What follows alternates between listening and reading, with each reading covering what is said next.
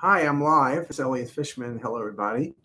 And I think we spoke about this last time that we are trying to use YouTube more for some of our live events. So we're going to try that.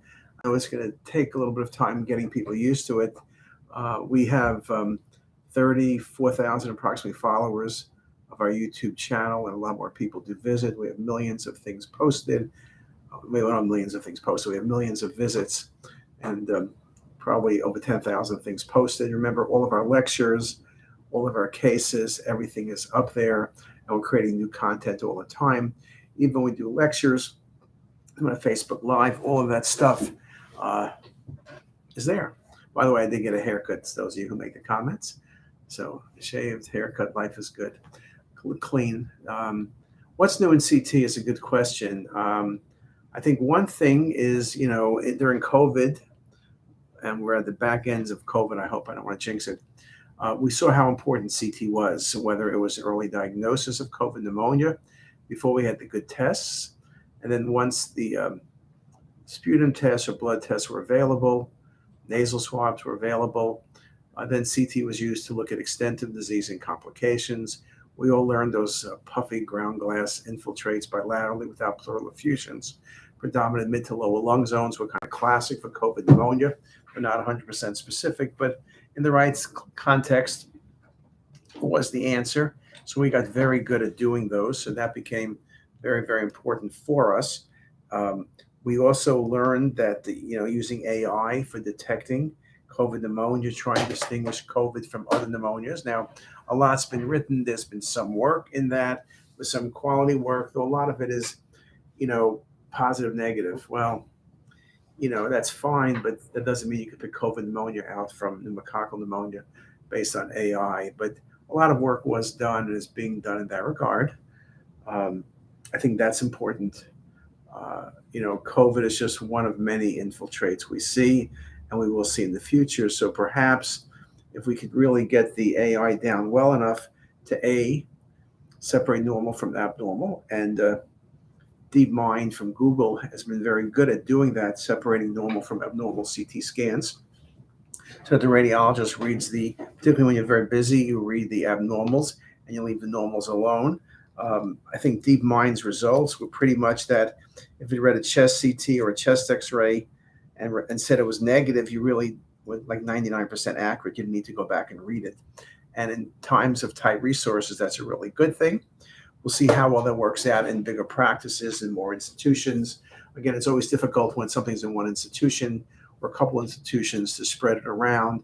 Things like domain transfer always become a problem, but it's something I think we do need to consider and do need to look at. And I think that part is indeed very exciting in that regard. So we are seeing a lot of new things there. I think CT in general, and I won't speak about it this time, and maybe I'll get a better expert than me to speak about it. This new scanner from Siemens, goes by some fancy name, but new high resolution, lower dose, all sorts of ways of analyzing data becomes very, very important. There are about 10 sites around the world that currently have that scanner. It's a little bit expensive, but it seems very, very exciting, and it's like the latest and greatest, biggest innovation in CT in many, many years. Again, a lot of effort was done going from 4 to 16 and 16 to 32 slices, 32 to 64, 64 to 128, 256, 512, 1024. And somehow or other, there was this idea that if we had more slices, it was better. And those were things like Toshiba was always saying, which never was true. It is true in some sense, more slices are better, better detectors and all this, but just simply having more detectors, 2048, 4056, is really not going to change your sensitivity for detecting disease. And at the end of the day, CT is not a technology. CT is a diagnostic tool. So again, if you could pick up higher spatial resolution, all those things are good. But I think all of us, myself included, really you're looking at how good are we at picking up disease, not what is the technical physics of the scanner. We want low dose, we want high resolution, but high resolution means to me the ability to pick up smaller lesions. Now, in terms of smaller lesions, scanners are very good. They'll get better. We'll pick up ever smaller lesions. But I think The biggest challenge right now is you and me.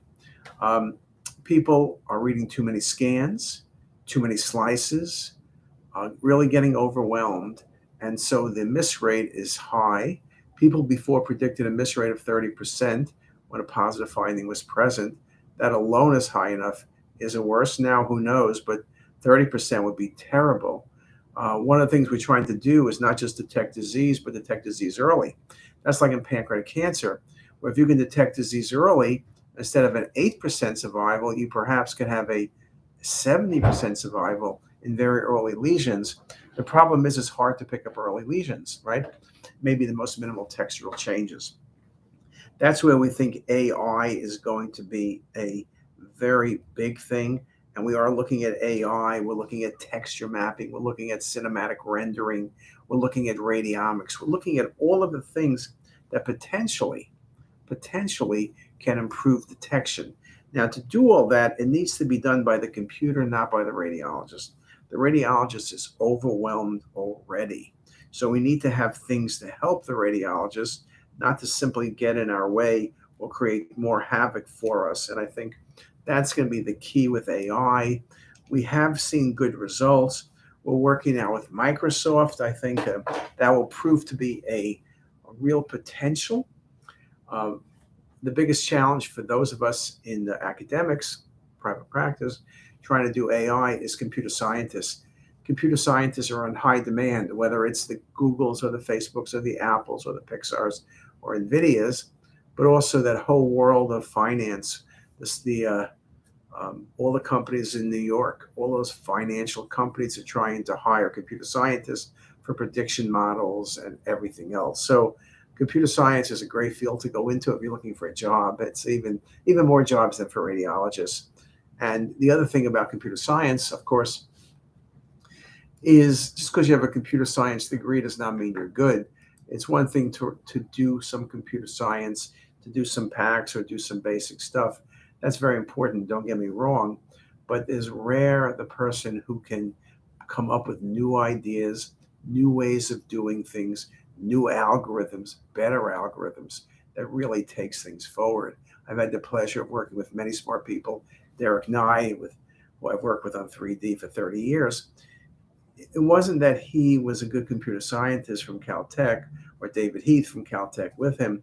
It was the fact that Derek was able to really think of things and be able to program things. It wasn't that he took things that were done already, but he took things that weren't done and things that I wanted and was able to do them. I think that's really the magic. And so with computer science, one really incredible person is worth 1,000 average people.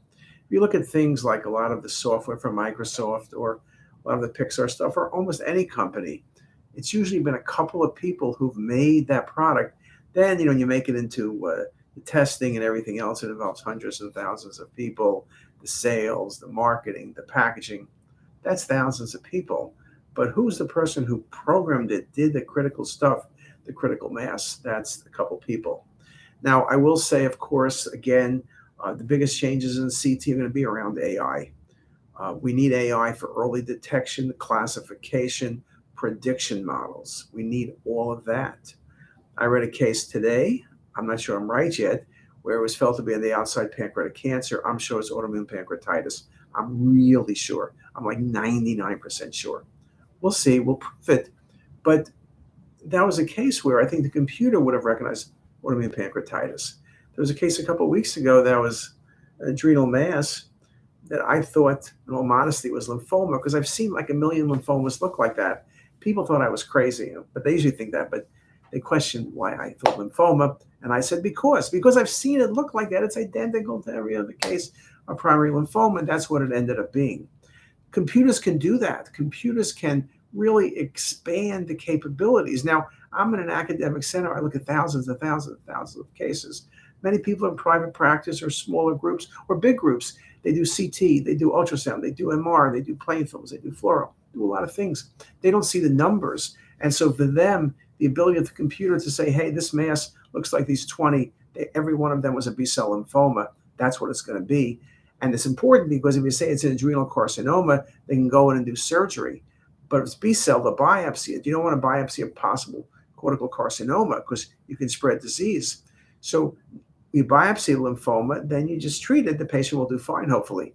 If you go in and remove the mass, now you created a whole nother problem, like post-op complications and everything else. Probably took out the kidney because it sits on the kidney.